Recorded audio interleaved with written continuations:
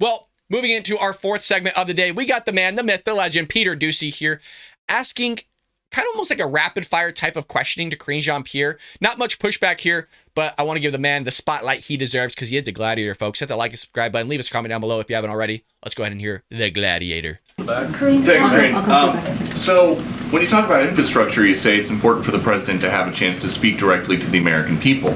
Why doesn't he want to speak directly to the American people now that some big cities are bracing potentially this weekend for riots? So he put out a statement yesterday, and I think when a statement comes from the President of the United States, it has a powerful impact. And he was very clear in that statement. He offered his condolences to the family of Tyree. Folks, and we'll continue. I know I keep pausing, but that's what we're here for, right? The commentary. The input on it all, my opinion, somewhat, shape, or form, or maybe just like the antics that I do, meaning the facial expressions and all the silliness. In hand to God, I follow politics probably way more than the average American does. I find it humorous. I find it comedic. I find it hilarious. Of course, I find it frustrating at times. Most people find it the reverse, right? They find it more frustrating than comedic. I find it hilarious. I wasn't even aware that there was a press release out. So if I follow this way more, vastly more than a general American does, then why would you send out a press release? So it just shows you the disconnect from the White House. I would imagine a lot of the vast majority of Americans had no idea there was a press release out or a statement from the president, unless they saw it on CNN or Fox News. And other than that, I mean, you want to get the man on the podium to speak to the American people, that gets way more views. That gets way more, I guess, clickbait viewership from the American people. But you doing something basically snail mail, right? Like on a piece of paper. I'm sorry, you're not with technology nowadays, lady. Like, get the guy on, like, Instagram or something, where you can reach these kids. Snapchat is the big one that they're using nowadays. Like, the American public, you should use all facets, all forms of technology here. But you're going, oh, well, it's powerful. Not really. Not really. Not at all. Seeing that man do a bunch of gibberish so we can get some clicks and views here of him stumbling through his words. That's what we want to see. We want to see him stumble and fumble through his words so Bald Brad can make segments of it, post it on YouTube Shorts. If you haven't checked those out, we got a lot of shorts. Check those out, folks. Some with well over 1 million views, multiple with well over 1 million views. But, we need the content, Karine. So could you get the man on the podium to fumble through a few words for us here? We're milking it for all it's worth, folks. Nichols, he also joined the family in calling for peaceful protests. That is an important statement that the president could make. And you have me here reiterating what the president has said, and we're going to continue to do that. It's not the first time. That is so rich. Did anybody catch that? Well, you have me here to reiterate what the president said. Not elaborate, just repeat.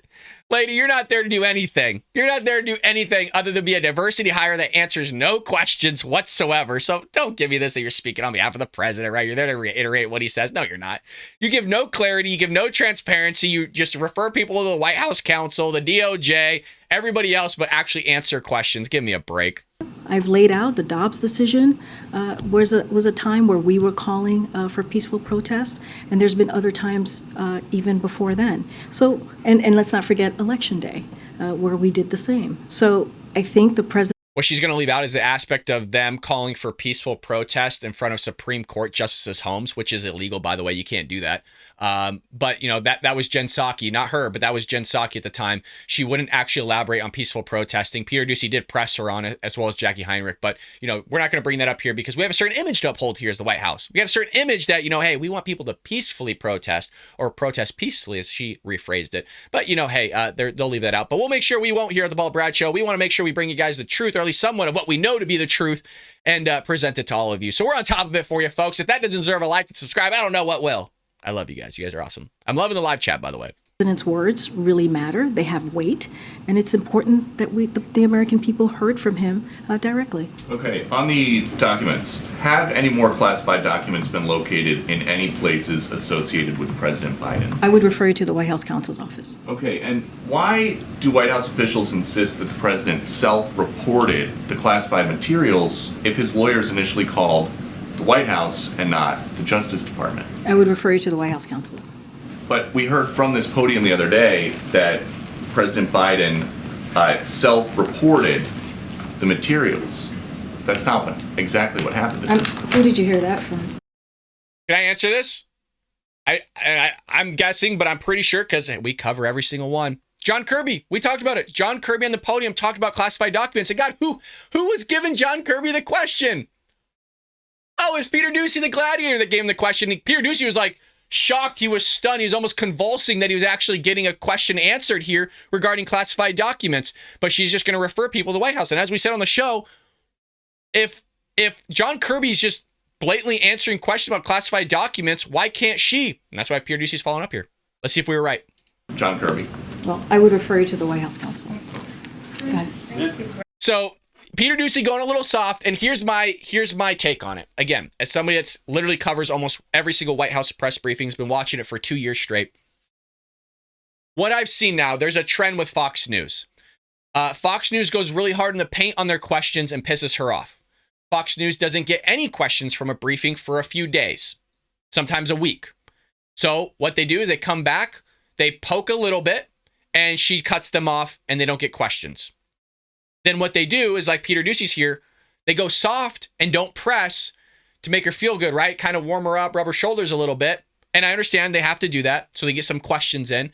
And then what you'll see is later on down the road, then they'll go hard again, and then they won't get any questions for a little bit of time, and then they'll rinse and repeat. So that's kind of the theme I'm seeing here, and not a bad strategy, because at least you're going hard at some point in times, and harder, I would say, than any other news outlet in that room outside of the classified documents. I think everybody's done a great job in that room regarding classified documents, prying and poking, and still doing so.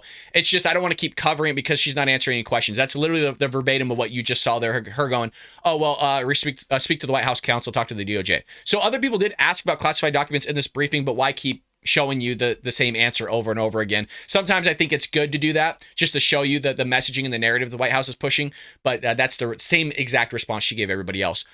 I hope you enjoyed that clip from the Bald Brad Show. If you did, make sure to hit that subscribe button so you can stay up to date on all our future content.